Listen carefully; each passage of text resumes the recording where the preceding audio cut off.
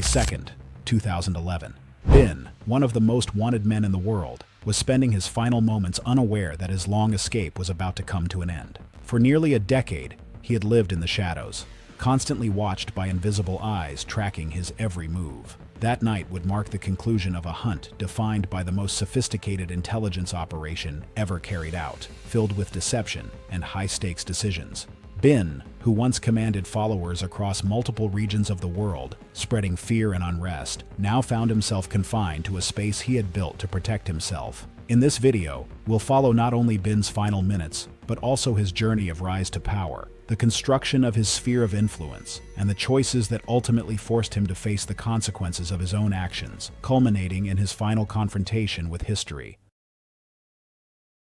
Bin was born on March 10, 1957, in Riyadh, the capital of Saudi Arabia, the son of Mohammed bin Awad, a Yemeni immigrant who became one of the most influential businessmen in the Arab world. Bin's father founded the Saluddin Bilar Group, a construction company that carried out major public projects for the Saudi monarchy, including renovations of mosques in Mecca and Medina, cementing the family's position as one of the wealthiest in the country. Bin was Muhammad's 17th child. He fathered over 50 children with multiple wives. His mother, Ali Aghan Ghanem, of Syrian origin, was considered a secondary wife. Shortly after Bin's birth, his parents separated, and he was raised by his mother, maintaining access to the family's fortune and privileges.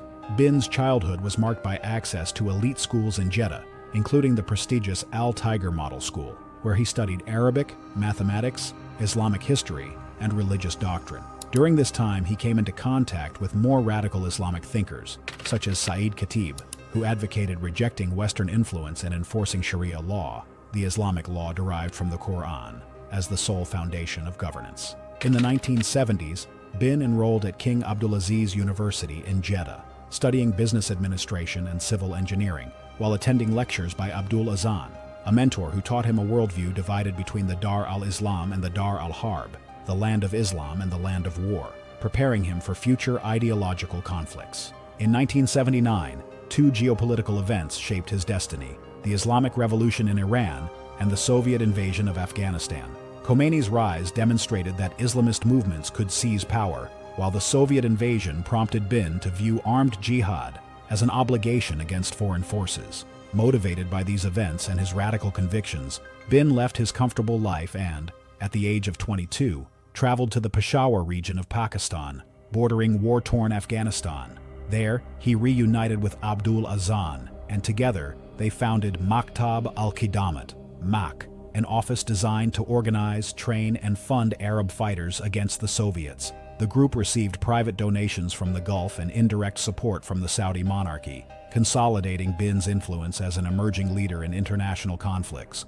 Bin's ambition and vision at that time went beyond warfare. He sought to shape a transnational movement strictly following Islamic law, laying the foundations for what would become his global power network. At the height of his influence, Bin gained worldwide notoriety with attacks that shocked public opinion, including the fateful September 11th attacks, a watershed moment that revealed the reach and audacity of his network. At the same time, his wars and operations across different regions caused devastation, instability, and fear, leaving a deep mark on entire communities and governments struggling to contain his power. While these events cemented his authority and image as a ruthless leader, they also raised global alarms, making Bin one of the most wanted figures on the planet. His empire, built on a network of devoted followers, financial infrastructure, and international logistics, reached an unprecedented peak. Bin's organization operated across multiple continents, with cells coordinating actions, training, and propaganda that spread his vision of a transnational movement governed by Islamic law.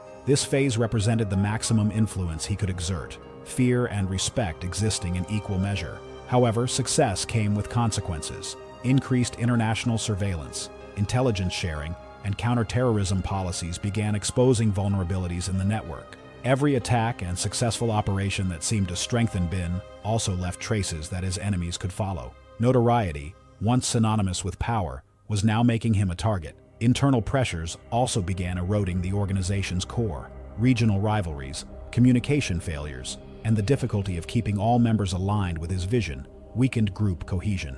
The aura of invincibility Bin had cultivated over the years started to fade, and he realized that the isolation that once protected him had become a barrier to any free action. Bin's empire, once a symbol of global reach, was beginning to fracture. The man who commanded with boldness and luxury now found himself forced to reorganize his forces as resources dwindled and the pursuit intensified. The collapse had only just begun, setting the stage for the final phase of his trajectory, the inevitable isolation and decline. Over the years, Bin found himself increasingly confined within the fortified Abbottabad compound. Surrounded by tall, impenetrable walls, he cut off nearly all forms of communication with the outside world. No internet, no phone, no visitors. Bin became a prisoner of his own paranoia. The compound's opulence hid a mental prison, and every wall seemed to reflect the absolute isolation in which he lived. The third floor, where he spent most of his time, became a space of meticulously calculated routine. His activities were limited. Long hours of prayer, propaganda videos reinforcing his convictions, and precise 47-minute walks in the courtyard. Every step, every movement was governed by obsessive attention to security, reflecting his constant fear that any sign of life could reveal his location. CIA reports describe Bin as an aged and debilitated man, reliant on messengers for nearly all his needs. The terrorist who once commanded armies and inspired followers across the globe now lived bound to meticulous routines, terrified of being discovered. The ostentation of power had turned into exhaustive self-surveillance. He feared opening his bedroom curtains, afraid that any exposed movement could reveal his location. Bin's decline was not only physical, but symbolic.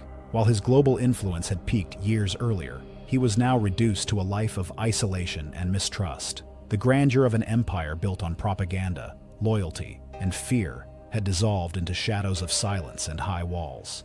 It was May 2nd, 2011, and Bin was living what appeared to be another ordinary day. His routine included prayers, reviewing correspondence, and a simple family dinner, unaware that night would forever change history. Just a few kilometers away, 2 Black Hawk helicopters lifted off from Afghanistan, carrying men representing the pinnacle of military technology and strategy. At 12:30 a.m., the silent approach began. The night's quiet was broken only by the whisper of the wind, yet death traveled at high speed, 160 miles per hour, toward the compound. One of the helicopters malfunctioned and crashed into the courtyard, shattering the silence and accelerating the operation. SEALs advanced rapidly, clearing each room and neutralizing any resistance along the way. Bin, trying to escape, took refuge in a bedroom and, in desperation, used his wife as a shield. 2 gunshots ended his life, bringing to a close the man who had commanded the world's attention for decades. The entire operation lasted only 25 minutes, less time than one of his daily walks in the courtyard. By 1:25 a.m., DNA tests confirmed the world's most wanted man was finally dead, closing a chapter of decades of terror, mystery, and relentless pursuit. Even after his death, Bin left traces that continued to shape conflicts and instability across the globe. The network he built, with its transnational connections, no longer had a man at its helm but remained as a shadow of his vision and ambition.